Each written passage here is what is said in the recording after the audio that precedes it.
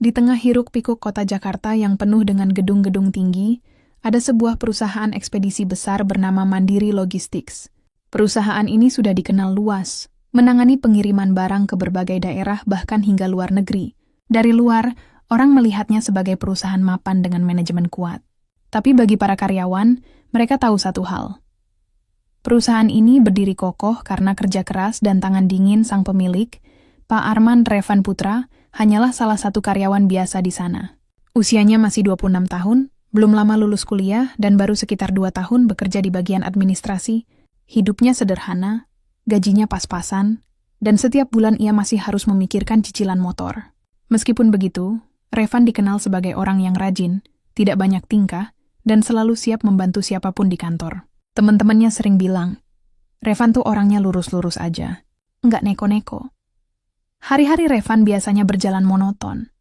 Datang pagi, mengetik laporan, memeriksa dokumen pengiriman, lalu pulang sore dengan naik Transjakarta. Ia hampir tidak pernah berurusan langsung dengan manajemen puncak, apalagi dengan Pak Arman. Sebagai bos besar, Pak Arman lebih banyak mengurus klien besar, rapat penting, atau bepergian keluar kota. Bagi Revan, nama Pak Arman hanya sebatas sosok yang dihormati dari jauh, namun semua berubah pada suatu sore di hari Selasa. Saat itu jam kerja hampir selesai. Revan baru saja membereskan meja dan bersiap pulang ketika telepon kantornya berdering. Ternyata panggilan itu datang dari Maya, asisten pribadi Pak Arman. Suaranya terdengar panik. Revan, kamu masih di kantor? Tolong, saya butuh bantuan segera. Pak Arman kecelakaan, sekarang ada di rumah sakit. Ada beberapa dokumen penting yang harus dibawa untuk urusan operasi. Kamu bisa kesini sekarang? Revan tertegun. Ia sempat menelan ludah. Tak menyangka kabar mengejutkan itu. Namun tanpa pikir panjang, ia langsung menjawab, "Iya, Mbak, saya segera berangkat." Dengan tergesa-gesa, Revan mengambil map berisi dokumen yang dimaksud lalu berlari keluar kantor. Ia memesan ojek online karena takut terjebak macet kalau naik bus. Sepanjang perjalanan, jantungnya berdegup kencang. Ia sama sekali tidak tahu harus menghadapi apa, tapi yang ia tahu saat itu hanya satu. Ada nyawa yang sedang dipertaruhkan, dan ia tidak boleh terlambat. Setibanya di rumah sakit swasta besar di pusat kota, suasana terlihat kacau. Beberapa kerabat keluarga Pak Arman mondar-mandir dengan wajah cemas. Istri Pak Arman tampak duduk lemas di kursi tunggu. Matanya sembab karena menangis. Beberapa dokter dan perawat juga sibuk keluar masuk ruang gawat darurat. Maya, asisten pribadi, segera menghampiri Revan. Wajahnya terlihat pucat. "Untung kamu cepat datang. Ini dokumennya. Bagus, langsung serahkan ke bagian administrasi rumah sakit. Mereka butuh tanda tangan ini untuk prosedur operasi." Revan mengangguk, lalu dengan cepat mengurus semua administrasi. Meski bukan pekerjaannya, ia berusaha tetap tenang. Ia mengisi formulir, menyerahkan dokumen, bahkan sempat menenangkan staf administrasi yang kebingungan karena prosedur harus segera dipercepat. Dalam hatinya, ia hanya berpikir, kalau ini bisa bikin operasi segera jalan, lakukan saja. Urusan nanti belakangan. Tak lama, dokter keluar dan memberi kabar bahwa Pak Arman harus segera menjalani operasi karena ada pendarahan dalam akibat kecelakaan. Semua keluarga panik. Istri Pak Arman hampir pingsan. Beberapa kerabat saling menyalahkan siapa yang harus mengurus apa. Dalam kondisi seperti itu, entah kenapa, Revan justru jadi orang yang paling sigap.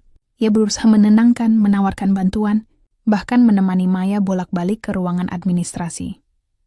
Malam itu, meski statusnya hanya karyawan biasa, Revan seperti ikut menjadi bagian dari keluarga besar yang sedang cemas menunggu di rumah sakit. Ia duduk di kursi tunggu hingga larut malam, memastikan semua kebutuhan administrasi sudah beres. Sesekali ia melirik ke arah ruang operasi dengan doa sederhana, semoga beliau selamat. Revan tidak pernah menyangka bahwa tindakannya malam itu akan meninggalkan kesan yang begitu besar bagi keluarga bosnya. Ia sama sekali tidak punya niat lain selain membantu. Baginya, itu sudah kewajiban sebagai manusia, bukan sekadar sebagai karyawan. Keesokan paginya, setelah malam panjang di rumah sakit, Revan masih berada di ruang tunggu. Matanya sayu karena begadang, tapi ia tetap menunggu kabar terbaru tentang kondisi Pak Arman. Saat itu, operasi memang sudah selesai, namun dokter mengatakan Pak Arman masih dalam keadaan koma dan harus dirawat intensif di ruang ICU. Ketika Revan hendak berdiri untuk membeli minuman, seorang gadis berparas anggun datang tergesa-gesa. Rambutnya panjang tergerai, matanya tajam namun sembab, tanda ia habis menangis. Ia mengenakan blaus putih sederhana, tapi tetap terlihat berkelas. Langkahnya mantap, namun wajahnya menunjukkan kekhawatiran mendalam. Itulah pertama kali Revan melihat Nadira. "Papa gimana, Mbak?" tanya Nadira dengan suara bergetar kepada Maya yang sudah menunggunya di depan ruang ICU. Maya menunduk hormat, lalu menjawab pelan. "Operasi sudah selesai tapi, Papa kamu masih koma, Nadi. Dokter bilang butuh waktu untuk lihat perkembangannya." Nadira terdiam. Matanya berkaca-kaca, lalu ia menutup wajah dengan kedua tangannya. Sekuat mungkin ia menahan tangis, meski air matanya tetap menetes. Revan yang berdiri tidak jauh dari sana hanya bisa menunduk, merasa tidak enak menjadi saksi kesedihan orang lain. Tak lama, Maya menoleh ke arah Revan dan memperkenalkan, "Nadi, ini Revan. Dia karyawan di kantor, yang semalam banyak bantu urus administrasi rumah sakit dan dokumen perusahaan. Kalau enggak ada dia, mungkin operasi papa kamu akan lebih terlambat." Nadira mengangkat wajah, lalu menatap Revan. Tatapan itu tajam, penuh rasa ingin tahu. Namun, entah kenapa nadanya terdengar dingin ketika berkata, "Terima kasih, sudah membantu papa saya." Revan buru-buru mengangguk, agak gugup. Iya, sama-sama. Saya cuma kebetulan ada di kantor saat itu, jadi saya bantu sebisanya." Setelah itu Nadira tidak berkata apa-apa lagi. Ia hanya duduk di kursi tunggu sambil memeluk tas kecilnya. Revan bisa merasakan aura jarak antara mereka. Wajar saja, pikirnya, Nadira sedang kalut, dan ia hanyalah seorang karyawan biasa yang kebetulan hadir di sana. Namun, hari-hari berikutnya justru membuat Revan dan Nadira semakin sering bertemu. Karena kondisi Pak Arman koma, perusahaan tidak bisa dibiarkan kosong tanpa pengawasan. Banyak urusan mendesak, pembayaran klien, tanda tangan kontrak, hingga mengatur jadwal pengiriman. Maya, sang asisten pribadi, kewalahan karena biasanya semua keputusan diambil langsung oleh Pak Arman. Di saat itu, Revan kembali diminta membantu. Meski bukan posisinya, ia memiliki catatan lengkap dan hafal banyak detail administrasi perusahaan. Maya menilai Revan cukup bisa dipercaya untuk mendampingi sementara. Hal ini membuat Revan sering bertemu Nadira, karena Nadira mulai turun tangan membantu perusahaan atas nama keluarganya. Walaupun sebenarnya ia masih ragu dan belum begitu paham dunia bisnis, sebagai anak tunggal, Nadira merasa bertanggung jawab. Pertemuan pertama mereka di ruang rapat tidak berjalan mulus. "Jadi, menurut kamu ini kontrak harus ditunda dulu atau dijalankan?" tanya Nadira dengan nada datar sambil menatap tumpukan berkas di meja. Revan menelan ludah. Ia tidak terbiasa bicara langsung di depan anak bos. Kalau ditunda, perusahaan bisa kena penalti, Mbak. Jadi sebaiknya tetap dijalankan. Saya sudah koordinasi dengan tim lapangan. Nadira menghela napas panjang. Baiklah, tapi jangan sampai ada kesalahan ya. Saya nggak mau nanti nama papa saya jadi jelek gara-gara keputusan yang salah. Nada suaranya terdengar keras, membuat Revan sedikit ciut. Namun ia tetap menjawab sopan. Iya Mbak, saya akan pastikan semua berjalan sesuai prosedur. Di dalam hati, Revan mengeluh kecil. Kenapa ya nada bicaranya dingin banget? Padahal aku cuma berusaha bantu. Meski begitu, Revan tetap bertahan. Ia sadar posisinya bukan siapa-siapa. Yang penting, semua urusan perusahaan berjalan lancar dan kondisi Pak Arman tidak semakin rumit. Hari demi hari, hubungan Revan dan Nadira perlahan mulai terbentuk. Meski awalnya Nadira terlihat dingin, sebenarnya ia mulai memperhatikan kesungguhan Revan. Ia melihat bagaimana Revan rela lembur sampai malam demi membereskan laporan, bahkan kadang tanpa diminta. Ia juga melihat bagaimana Revan tetap sopan, meski sering ditegur keras. Suatu malam, setelah rapat panjang, Nadira diam-diam menatap Revan yang masih sibuk di depan laptop. Dalam hati ia bergumam, orang ini sebenarnya siapa? Kenapa dia begitu peduli sama perusahaan padahal cuma karyawan biasa? Apa dia ada maksud tertentu? Namun pertanyaan itu hanya ia simpan sendiri. Di hadapan Revan, ia tetap menjaga sikap formal dan dingin. Bagi Revan, pertemuan dengan Nadira membuat hidupnya jauh berbeda dari sebelumnya. Ia yang dulu hanya karyawan biasa, kini mendadak berada di lingkaran keluarga bos besar. Setiap kali berinteraksi dengan Nadira, ia merasa canggung. Tapi entah kenapa ada perasaan aneh yang perlahan muncul. Perasaan yang bahkan belum sempat ia akui pada dirinya sendiri. Hari-hari di perusahaan terasa jauh lebih berat bagi Revan. Setiap pagi ia berangkat lebih awal, bukan hanya untuk mengurus pekerjaan administrasi biasa, tetapi juga untuk membantu menyiapkan rapat-rapat penting bersama Nadira. Meski statusnya hanya karyawan biasa, entah kenapa hampir semua orang di kantor mulai menganggap Revan sebagai tangan kanan sementara, karena ia yang paling banyak tahu detail pekerjaan dan jadwal klien Nadira, yang semula hanya duduk manis mengawasi dari jauh, mulai semakin sering melibatkan diri. Ia menanyakan hal-hal detail, bahkan kadang sampai ke urusan kecil yang sebenarnya bisa diurus staf lain.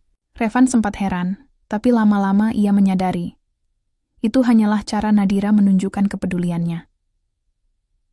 Suatu sore, mereka harus menghadiri pertemuan dengan salah satu klien besar. Pertemuan itu sangat penting, karena berkaitan dengan kontrak jangka panjang. Nadira terlihat gugup, meski ia berusaha menyembunyikannya. Di dalam lift, Revan menoleh pelan. "Mbak Nadira, kalau nanti bingung harus jawab apa, biar saya yang bantu. Mbak tinggal tambahkan saja bagian yang perlu." Nadira melirik sekilas, lalu berpura-pura acuh. "Saya bisa kok." "Jangan remehkan saya, Revan." Revan hanya tersenyum tipis, tidak ingin memperpanjang. Namun dalam hati, ia sebenarnya hanya ingin membuat Nadira merasa lebih tenang. Ternyata benar saja, saat pertemuan berlangsung, ada beberapa pertanyaan teknis yang cukup rumit dari pihak klien. Nadira sempat terdiam, tidak tahu harus menjawab apa. Revan yang duduk di sampingnya dengan tenang mengambil alih penjelasan. Ia berbicara jelas, sopan, dan penuh data, membuat pihak klien merasa yakin. Nadira sempat meliriknya, lalu menunduk. Ada sedikit rasa malu karena ternyata ia memang membutuhkan bantuan Revan. Setelah pertemuan selesai dan mereka kembali ke kantor, Nadira tiba-tiba berkata, "Tadi, terima kasih ya. Kalau kamu nggak bantu, mungkin saya akan kelihatan bodoh." Revan menoleh, sedikit kaget. Jarang sekali ia mendengar nada suara Nadira yang lebih lembut. Ia buru-buru mengangguk. "Iya, sama-sama. Saya cuma melakukan kewajiban saya." Percakapan singkat itu menjadi titik awal perubahan kecil. Meski Nadira masih sering bersikap dingin, ada saat-saat di mana ia lebih terbuka kepada Revan. Bahkan kadang, tanpa sadar, ia mulai meminta pendapat Revan tentang hal-hal di luar pekerjaan. Suatu malam, mereka berdua lembur di kantor. Hanya suara kipas angin dan bunyi ketikan keyboard yang terdengar.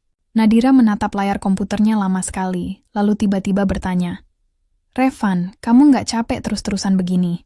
Pulang malam kerja numpuk, tapi gaji kamu kan?" "Ya, kamu tahu sendiri." Revan terdiam sejenak lalu tersenyum.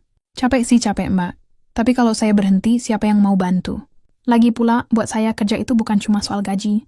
Saya merasa punya tanggung jawab."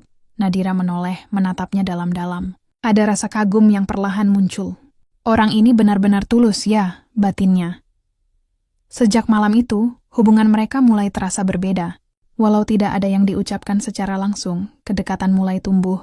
Nadira yang biasanya selalu menjaga jarak, kini kadang bisa bercanda kecil dengan Revan. Misalnya ketika mereka harus makan malam cepat di warung dekat kantor, Nadira tanpa gengsi ikut duduk di kursi plastik sederhana, menyantap nasi goreng pinggir jalan bersama Revan.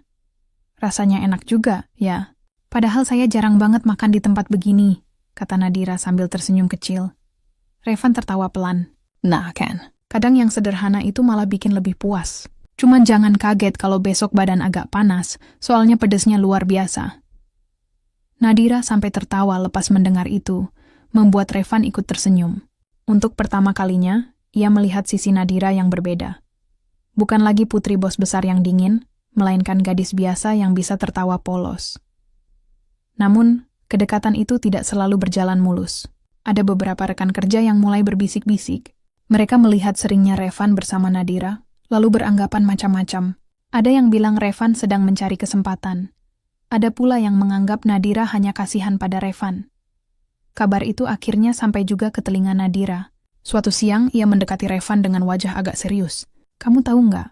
Banyak orang di kantor ngomongin kita. Mereka bilang kamu dekat sama saya karena ada maksud tertentu." Revan tertegun. Wajahnya memerah, lalu ia buru-buru menggeleng. "Mbak, saya nggak pernah punya niat begitu. Saya bantu karena memang sudah seharusnya. Kalau Mbak merasa nggak nyaman, saya bisa jaga jarak." Nadira terdiam, menatap Revan lama sekali. Lalu dengan suara pelan ia berkata, "Tidak perlu. Saya tahu kamu tulus. Biar saja orang lain mau bicara apa. Yang penting saya tahu kamu orangnya seperti apa." Revan mengangguk pelan. Dalam hati, ia merasa lega sekaligus heran. Seorang Nadira yang biasanya dingin kini bisa berbicara sehangat itu padanya. Hari-hari berikutnya, kebersamaan mereka semakin banyak. Revan mulai terbiasa dengan kehadiran Nadira, dan Nadira pun perlahan merasa nyaman berada di dekat Revan. Mereka tidak menyadari bahwa hubungan yang awalnya hanya karena keadaan, kini sudah mulai berubah menjadi sesuatu yang lebih sesuatu yang tidak lagi bisa mereka anggap sepele. Namun, seperti pepatah mengatakan, semakin tinggi pohon, semakin kencang angin yang menerpanya.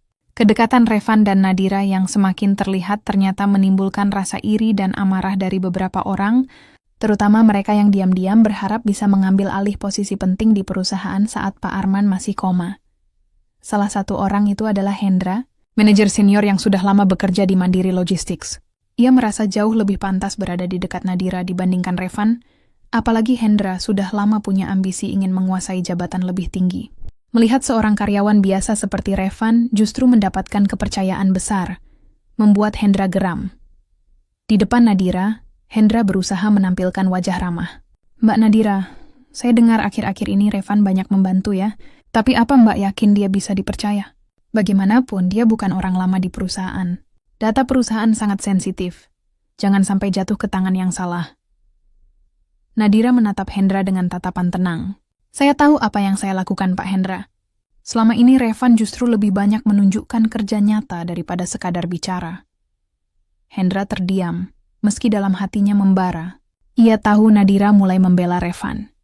Sejak hari itu, ia menyusun rencana untuk menjatuhkan Revan. Tidak lama kemudian, gosip baru beredar. Ada kabar bahwa Revan diam-diam mengambil keuntungan dari kontrak dengan salah satu klien. Padahal kenyataannya, Revan sama sekali tidak pernah melakukan itu. Dokumen yang dipalsukan sebenarnya ulah Hendra dan anak buahnya, tapi semua jejak diarahkan seolah-olah Revan yang bersalah. Kabar itu sampai juga ke telinga Nadira. Saat itu ia sedang duduk di ruang rapat bersama Revan ketika salah satu staf menyodorkan laporan mencurigakan. Nadira membaca dengan alis berkerut, lalu menatap Revan tajam. "Revan, apa benar ini? Ada pembayaran yang tidak jelas alurnya, dan namamu tercantum di sini." Revan terkejut. Ia segera meraih dokumen itu, matanya membesar. "Tidak mungkin, Mbak. Saya tidak pernah menyentuh transaksi ini. Saya bahkan baru lihat sekarang." Tapi Nadira terlihat ragu. Wajahnya yang tadinya tenang kini berubah tegang, tapi semuanya jelas tertulis. "Kalau benar kamu tidak bersalah, kenapa namamu bisa ada di sini?" Hati Revan serasa jatuh. Ia tidak menyangka Nadira, yang belakangan sudah mulai mempercayainya, kini kembali meragukannya. "Mbak, saya bersumpah, saya tidak pernah melakukan ini. Tolong percaya sama saya." Namun Nadira berdiri, merapikan berkasnya, lalu berkata dingin, "Sebaiknya kamu istirahat dulu dari semua urusan perusahaan. Saya akan menyelidiki hal ini sendiri." Ucapan itu terasa seperti pukulan telak bagi Revan. Ia ingin menjelaskan lebih jauh, tapi Nadira sudah berjalan keluar ruangan.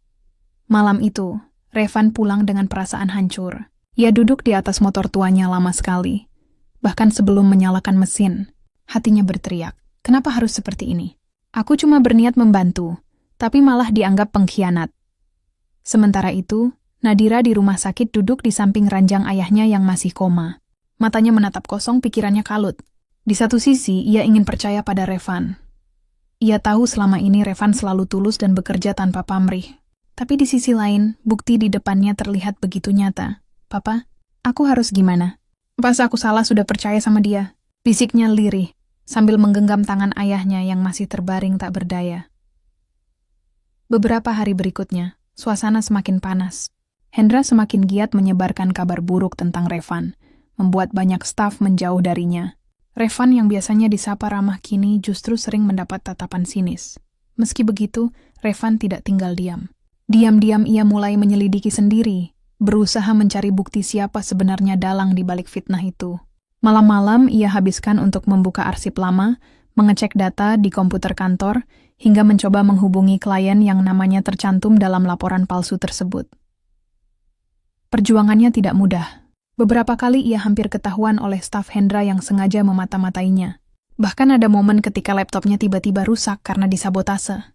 Namun Revan tetap bertahan. Ia tahu hanya dengan menemukan kebenaranlah ia bisa membersihkan namanya di mata Nadira.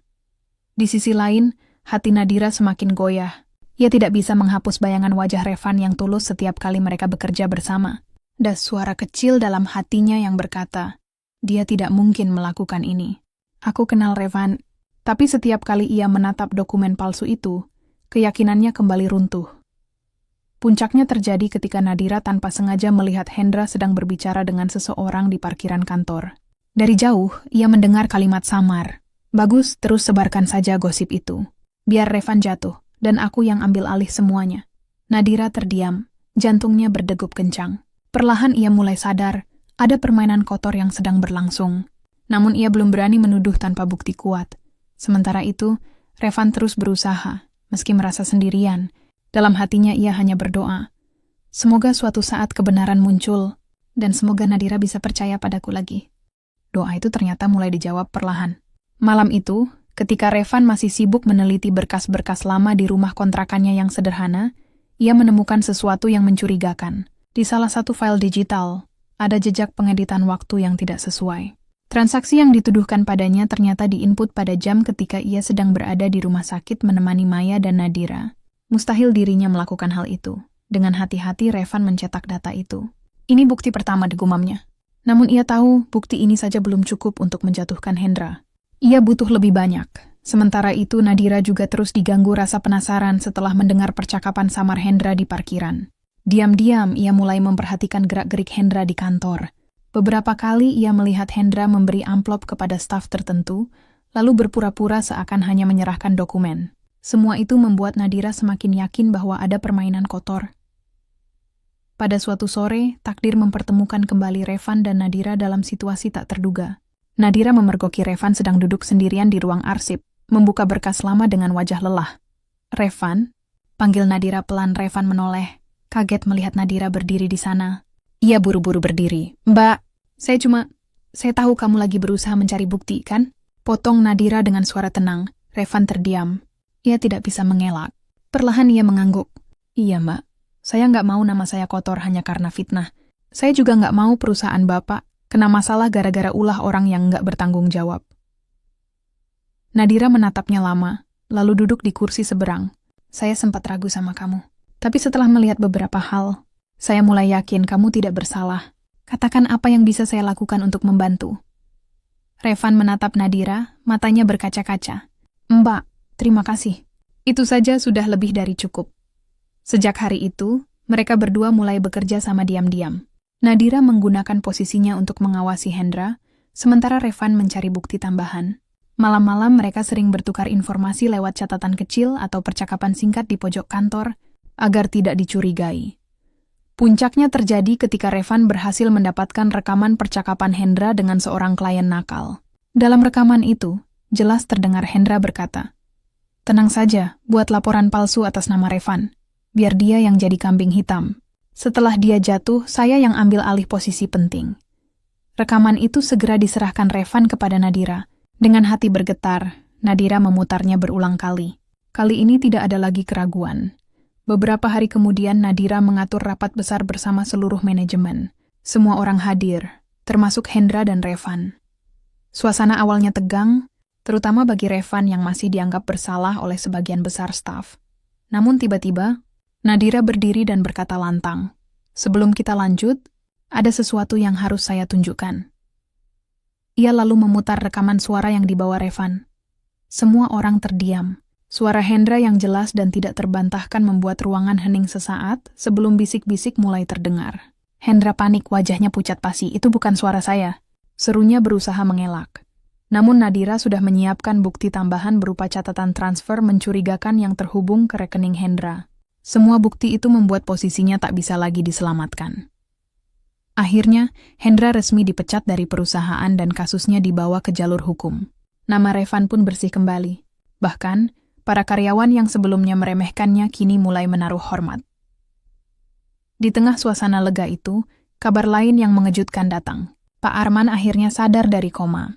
Meski tubuhnya masih lemah, ia bisa berbicara dan pelan-pelan mulai mengenali orang-orang di sekitarnya. Nadira menangis haru sambil memeluk ayahnya. "Papa, syukurlah Papa kembali." Pak Arman menatap putrinya dengan senyum tipis. Lalu ia melihat Revan yang berdiri agak jauh di sudut ruangan. "Kamu, Revan, ya?" Suaranya serak tapi jelas. Revan kaget, lalu buru-buru mendekat dan menunduk hormat. "Iya, Pak. Saya Revan." Maya segera menjelaskan bagaimana selama Pak Arman koma, Revanlah yang banyak membantu mengurus perusahaan, bahkan ikut menjaga nama baik keluarga. Mendengar itu, Pak Arman terdiam cukup lama. Matanya berkaca-kaca. "Anak muda, kamu sudah banyak berkorban untuk saya dan keluarga. Saya tidak tahu bagaimana harus membalasnya, ucap Pak Arman pelan. Revan menggeleng cepat.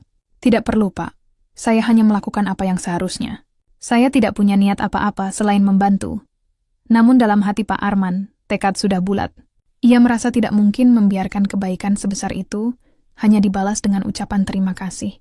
Ia ingin melakukan sesuatu yang jauh lebih besar, sesuatu yang akan membuat Revan benar-benar menjadi bagian dari keluarganya.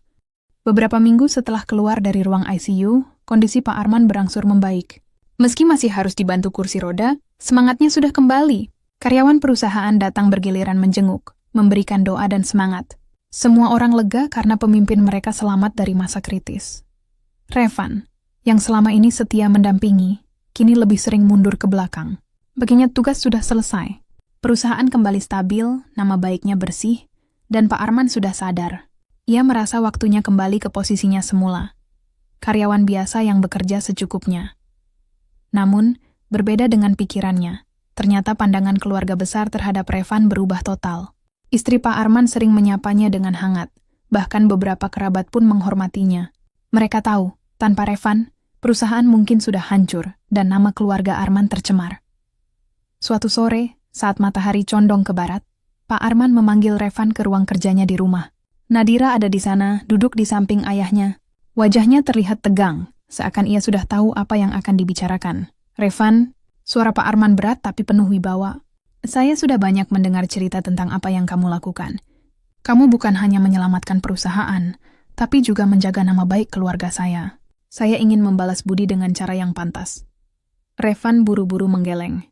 Pak, sungguh saya tidak mengharap balasan apapun. Semua yang saya lakukan murni karena rasa tanggung jawab. Saya sudah cukup dengan melihat Bapak sehat kembali. Pak Arman tersenyum tipis, lalu menatap Nadira. Justru karena ketulusanmu itu, saya merasa kamu layak mendapat yang terbaik. Revan, saya ingin menjodohkanmu dengan putri saya, Nadira. Ucapan itu membuat ruangan seketika hening. Revan terbelalak, jantungnya serasa berhenti. Ia bahkan sempat berpikir telinganya salah dengar. Maaf, Pak, saya... Revan tergagap, tidak tahu harus berkata apa.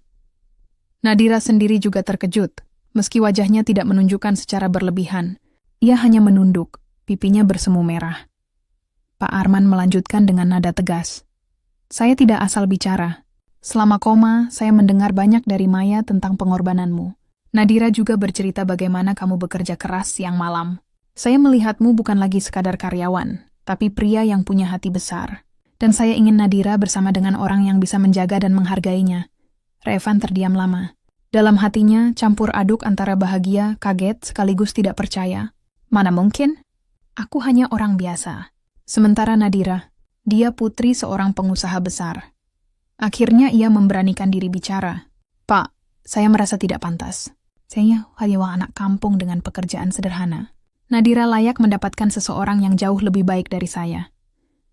Nadira yang sejak tadi diam akhirnya angkat bicara. Suaranya pelan tapi jelas. Revan, jangan merendahkan dirimu sendiri. Justru karena kesederhanaan dan ketulusanmu, Papa percaya sama kamu. Dan ia menunduk, wajahnya memerah.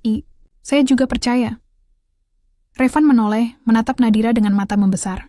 Ia tidak menyangka gadis itu akan mengucapkan kata-kata seperti itu. Hatinya yang selama ini berusaha menahan perasaan tiba-tiba meledak, seperti menemukan jawaban dari semua kebingungannya. Pak Arman tersenyum puas melihat reaksi keduanya. Saya tidak memaksa, tapi kalau kalian berdua setuju, saya akan merasa tenang. Revan, balas budimu pada saya bukan dengan harta atau tenaga lagi, tapi dengan menjadi bagian dari keluarga ini. Air mata menetes di sudut mata Revan. Ia menunduk, berusaha menahan haru. Setelah beberapa saat terdiam, ia akhirnya mengangguk pelan. Kalau memang Nadira juga menginginkan, saya siap, Pak. Nadira menatap Revan lalu tersenyum lembut. Senyum yang untuk pertama kalinya begitu tulus ditujukan kepadanya. Hari-hari berikutnya berubah penuh warna. Kabar pertunangan mereka menyebar cepat di perusahaan. Awalnya banyak yang kaget, bahkan tidak percaya. Namun setelah melihat bagaimana Pak Arman sendiri yang mengumumkan, semua orang akhirnya menerima. Banyak karyawan justru bangga, karena kisah tulus Revan menjadi inspirasi bahwa kebaikan tidak pernah sia-sia. Maya, asisten pribadi yang sejak awal menyaksikan perjalanan itu, bahkan berkata, Revan, kamu itu contoh nyata kalau kesetiaan dan kejujuran pasti akan menemukan jalannya. Saya ikut bahagia untuk kamu dan Nadira. Beberapa bulan kemudian, pesta pernikahan sederhana namun hangat digelar. Tidak mewah berlebihan, sesuai keinginan Nadira dan Revan. Mereka lebih memilih suasana akrab bersama keluarga, kerabat, dan rekan kerja. Di hari itu, Revan berdiri gagah di pelaminan, masih dengan rasa tidak percaya bagaimana hidupnya bisa berubah sejauh ini. Dari karyawan biasa yang hanya berniat menolong bosnya yang koma, kini ia resmi menjadi menantu keluarga besar yang selama ini hanya bisa ia pandang dari jauh. Nadira, dengan gaun anggun, menggenggam tangannya erat. Kamu tahu, Revan, dari awal aku memang keras kepala, tapi entah kenapa, hati kecilku sudah percaya sama kamu. Dan ternyata aku tidak salah. Revan tersenyum, menatap istrinya dengan penuh rasa syukur. Terima kasih, Nadira. Kalau bukan karena kamu, mungkin aku tidak akan punya keberanian sebesar ini. Di antara sorak-sorai tamu undangan, Pak Arman duduk di kursi kehormatan, menatap pasangan itu dengan mata berkaca-kaca. Ia merasa lega, bukan hanya karena hutang budi terbalas, tapi juga karena ia tahu putrinya berada di tangan yang tepat. Dan sejak hari itu, hidup Revan dan Nadira berjalan beriringan. Bukan lagi karena keadaan memaksa, melainkan karena cinta yang tumbuh tulus di antara mereka. Sebuah akhir yang manis dari perjalanan panjang. Dari niat sederhana menolong, hingga berakhir menjadi bagian dari keluarga. Terima kasih sudah menonton sampai akhir. Semoga cerita ini memberi pelajaran berharga tentang ketulusan, kesetiaan, dan balas budi. Jangan lupa like, komen, share, dan subscribe agar tidak ketinggalan kisah-kisah menarik berikutnya. Sampai jumpa di cerita selanjutnya. Di tengah hiruk-pikuk kota Jakarta yang penuh dengan gedung-gedung tinggi, ada sebuah